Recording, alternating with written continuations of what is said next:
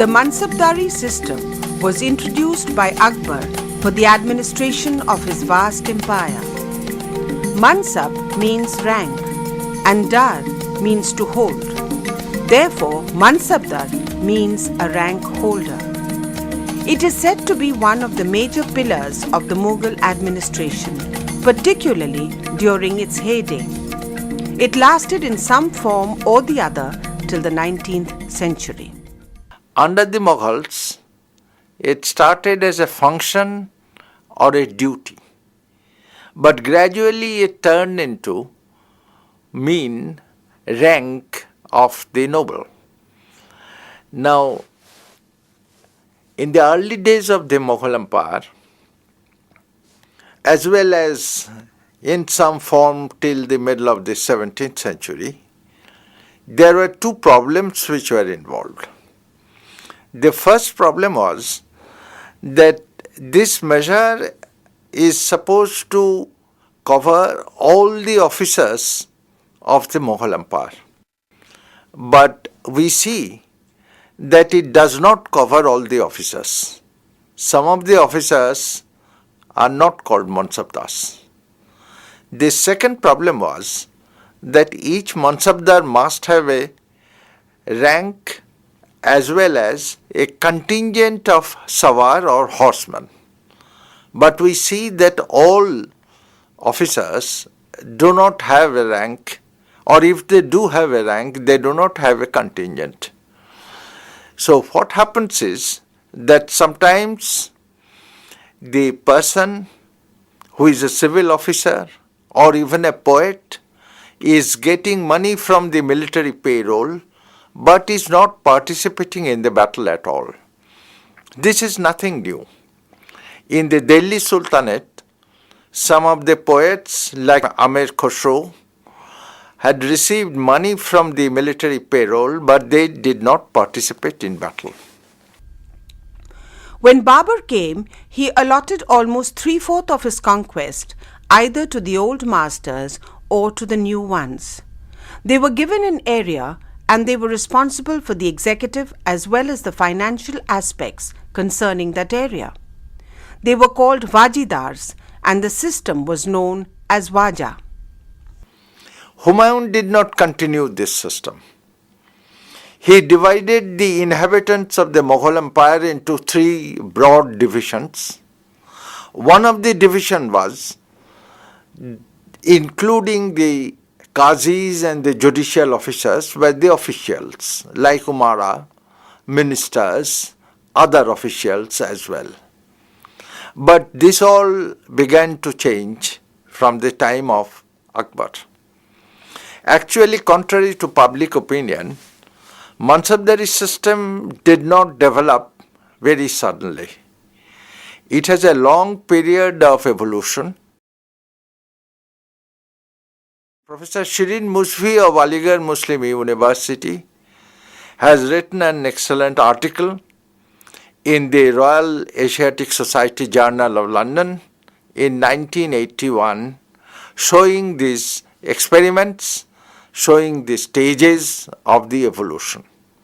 We can briefly summarize her views. The first stage, which she says, starts from 1566 or 65, and this stage remains more or less stagnant for the last 10 years, that is from the accession of Akbar till 1566-67, in which there is practically no rule of Mansab. There is no size of contingent fixed. The salary was arbitrarily determined, and the Mansabdars, they were not called Mansabdars then, those people, they could have their own way of doing things. The second stage starts from 1567 onwards, when an attempt was made to fix up the size of the contingent according to the salary of the Mansabdar and on the basis of the collection of the revenue of the Jaigir assigned to him. The third stage, which is the most important one, starts from 1573-74 when a Mansabdar was given a certain number. This number determines the position of the Mansabdar as well as the number of cavalry he will have to maintain along with other beasts of animals.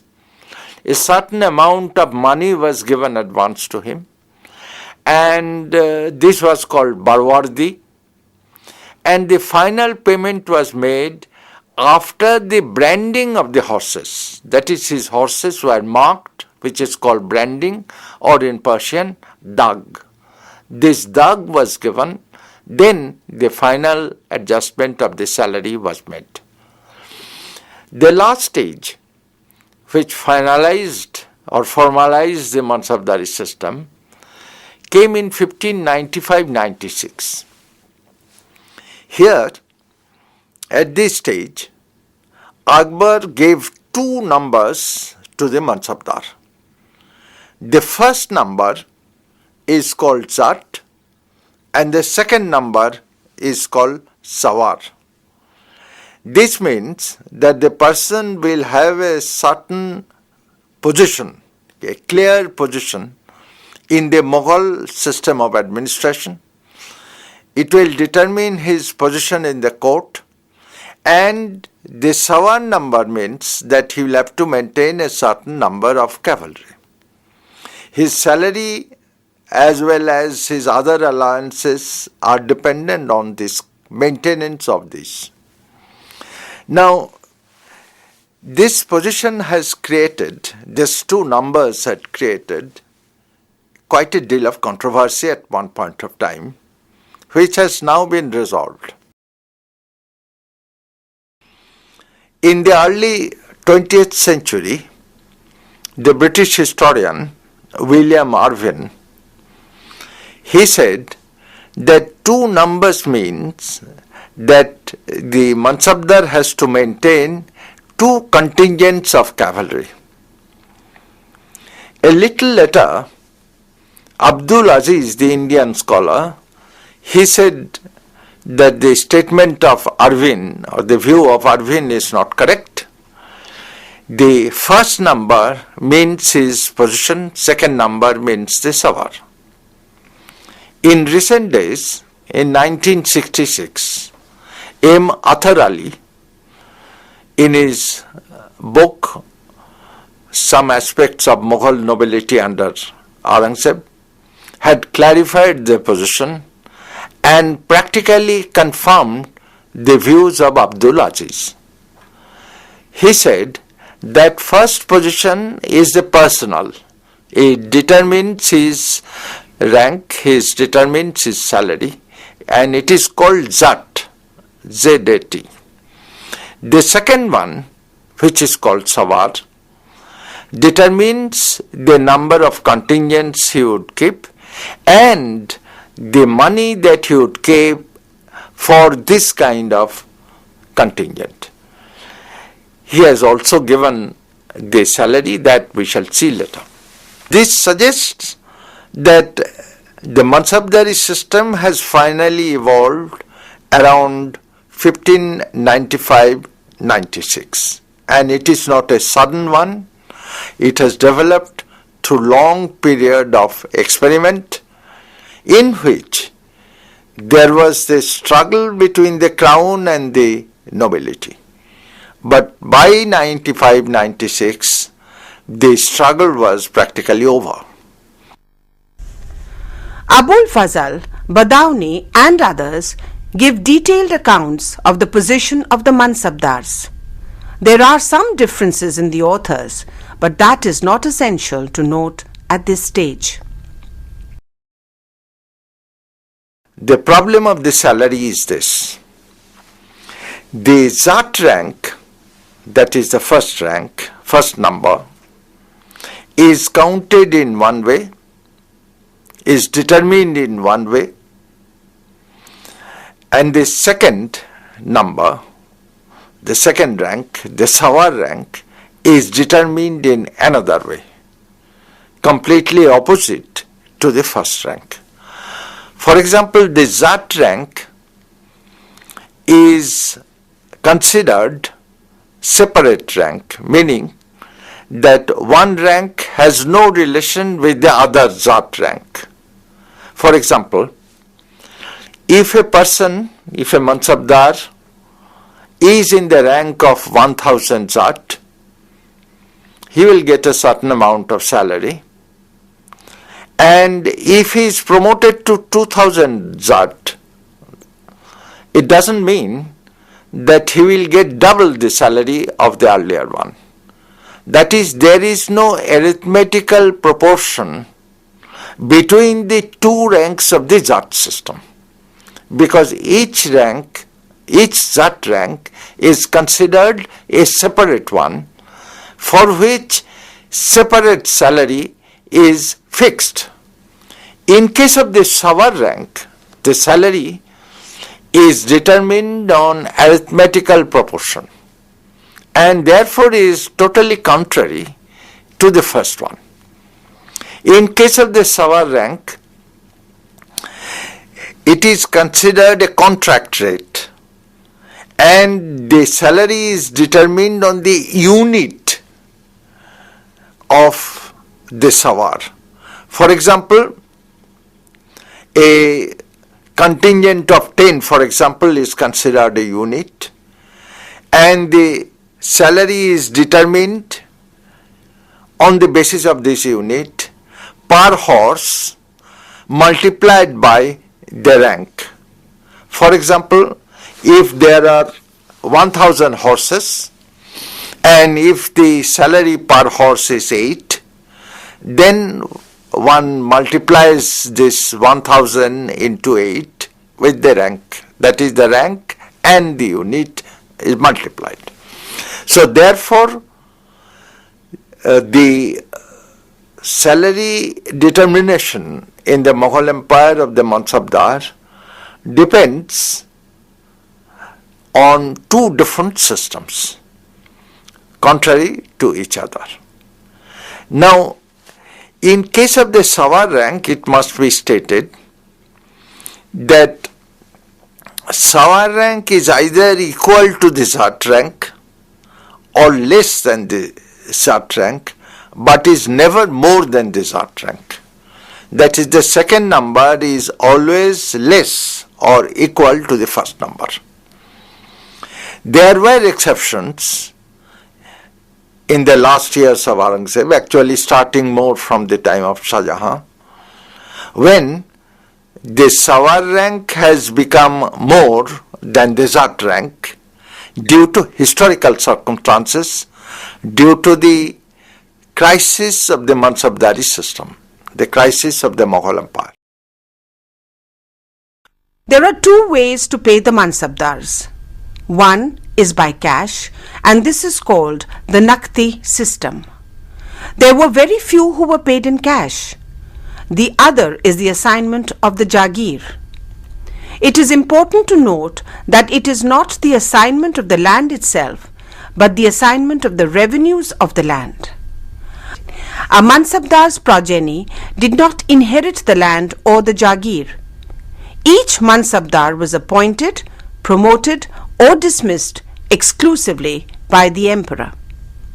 Therefore, this assignment of the revenue of the land must be equal to the salary of the Mansabdar. But as we shall see, in practice, this does not happen.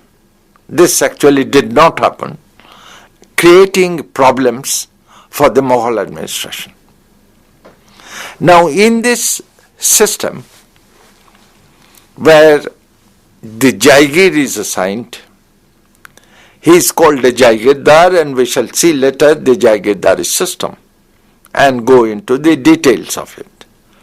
But the problem remains that the Jaigirdari system is based on the estimate of revenue to be collected in future, and the Mansabdar is placed in that Jaigir on the hope that such amount of revenue he could collect.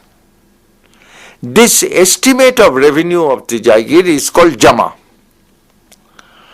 and it is always calculated till almost the death of Akbar in copper coins, in dam. It is called a dam, which is 48 dam into 1 is equal to 1 rupee. So it's a very highly inflated number, and therefore it was called Jamadami.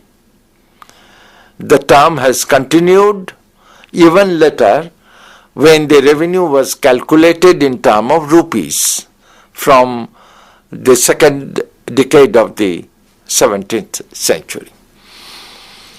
Now, the Mansabdar reaches his Jaigir and finds that his collection, which is called in Persian document as Hasil, Hasil, this collection is not equal to the Jama, it is much less. Therefore, he is always in arrear of the salary. So that is one problem that has dogged the Mughal Empire till the end of its days. And it has not been properly resolved, although there had been attempts to resolve this. But far more serious was that if the Mansabdar does not have the salary in full, can he maintain the number of horses he was supposed to maintain? Obviously he cannot, and he does not. And therefore there were many frauds and difficulties. To avoid these fraud and difficulties, Akbar started what is known as Dag and Chehara. Dag is a mark put on the horse by branding it after inspection, and Chehara is the descriptive role of the soldier. The feature of the Mughal administration is they always try to make a uniform system of administration, and contradictorily they make certain compromises to suit the local needs, to suit the historical purposes. So therefore there is always a contradiction within the Mughal administrative system. But whatever it is, the Mansabdar now finds that he has less money to keep the horses. Meanwhile, he will have to fight and he will have to maintain a certain number of horses.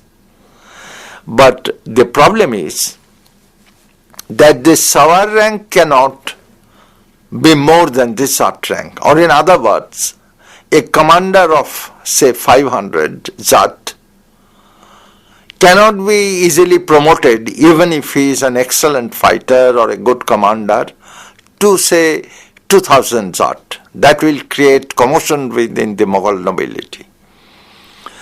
But to fight effectively, particularly during the later years of Aurangzeb, when he was involved in Rajput and Maratha wars, he must have a certain number of contingents, more than what is sanctioned.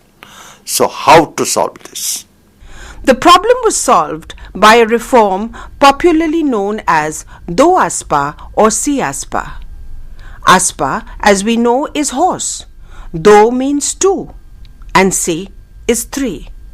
So the reform came to be known as 2-horse, 3-horse solution. What did it consist of? In a normal 1000 Sawar rank, that is if there is 1000 cavalry, the number of horses would be 2200. The additional horses are given to some people, not to all. Now, if the emperor wants to increase the strength of this Sawar, this person, the earlier method was to increase his Zat rank, which will immediately create commotion and problem among the Mughal nobility. many will feel that they were being deprived. To solve this problem, what Jahangir started was to make this reform of Do-aspa, Sih-aspa, 2-3 horse. This means that a portion of the normal horses would be doubled with double pay. His Jat rank remains as it is. Out of 2,200 horses or 1,000 cavalry, for example, it is decided that 100 horse would be Do-aspa, Sih-aspa. That is, instead of 1,000 horse, he will have 2,000 horse, or instead of 100 horse, he will have 200 horse, and he will have a double pay with double obligation. So 2 horse, 3 horse means a portion of the sawar rank is increased to double with double pay and double obligation. This was first started under Jahangir's reign, and it continued during the time of Shah Jahan. By 1686, that is almost the second half of Aurangzeb, we find that out of 486 Mansabdars, 68 Mansabdars were holding this Do-aspa, Sih-aspa rank. Now this creates no problem with the older nobility because his Jat rank is not improved. He does not get a very good place in the court. He remains very much. An attempt was made to increase the Jat rank, but this would create problem among the nobility. So a system called Mashrut was introduced. This Mashrut means that the Jat rank is increased to a higher Jat rank for only a temporary purpose for a particular post.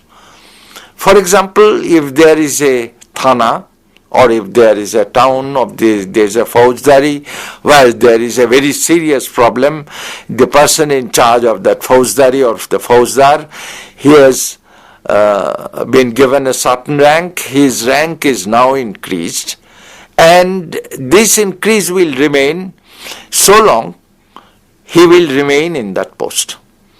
If he is transferred, which is normally after every 3 years on an average, then he will lose that Mashrut, that is higher rank. So therefore the attempts are always made by the Mughal emperors to solve the problem, but the problem still remained. Now in case of salary, therefore, this problem is connected with the rank. This problem is connected more with the Jaigir system. As I have said, that there is always a difference between the revenue estimate, that is how much revenue could be collected, and the hasil, that is the revenue actually collected. Now, how to solve that problem? What Shah Jahan did, this problem came up more before the time of Shah Jahan. But what Shah Jahan did was to introduce another reform. But before we consider the reform of Shah Jahan, we have to note that there was a crisis in the Mansabdari system. In fact, there was a crisis in the whole of the Mughal Empire already at the time of Jahangir. During Jahangir's time, the administration had become very much lax, as we all know. And the number of Mansabdars had increased tremendously. Earlier, there was a view among the English historians, particularly W.H. Morland, who stated that the reduction of the Mansabdars came in 1646. Now, on the basis of the statement of Morland, some Indian historians had suggested that the reduction had come during the early years of Jahangir. Now, Irfan Habib, in a very beautiful article on Mansabdari system, had shown this is not correct. Between 1618 and 1631, Jahangir died in 1627. Shah Jahan came after that. So, in the early years of Shah Jahan and in the later years of Jahangir, the number of Mansabdars practically doubled itself. The Sawar rank by this time increased 3/4. Now the immediate problem was a very much strain on the Mughal economy. And to relieve that strain,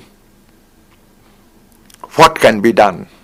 The only method, seems to them, is to decrease the salary of the Mansabdars, both Zat and Sawar. And that is what Jahangir did, which was hinted by Morland regarding Shah Jahan in 1646, actually was done by Jahangir before that. The salary of the Mansabdars was reduced. Now naturally this would create a problem in the Mughal Empire. The Mansabdars would revolt.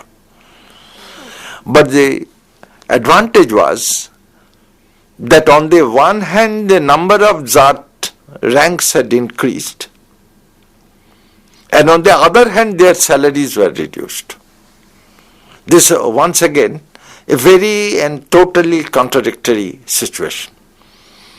Now the Mansabdars did not make much of a problem, because the older Mansabdars got their promotions, they went into higher ranks and they went into higher salary.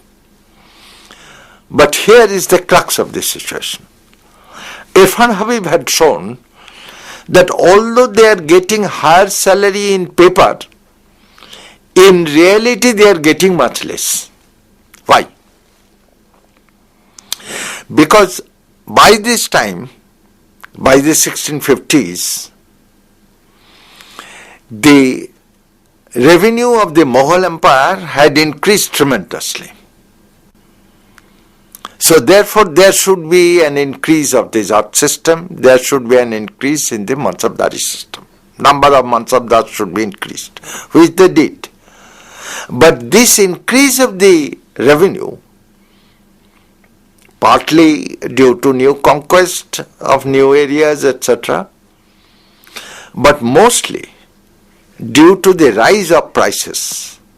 Higher the price rise, higher the revenue collection. That we shall see later why in the Jagirdari system.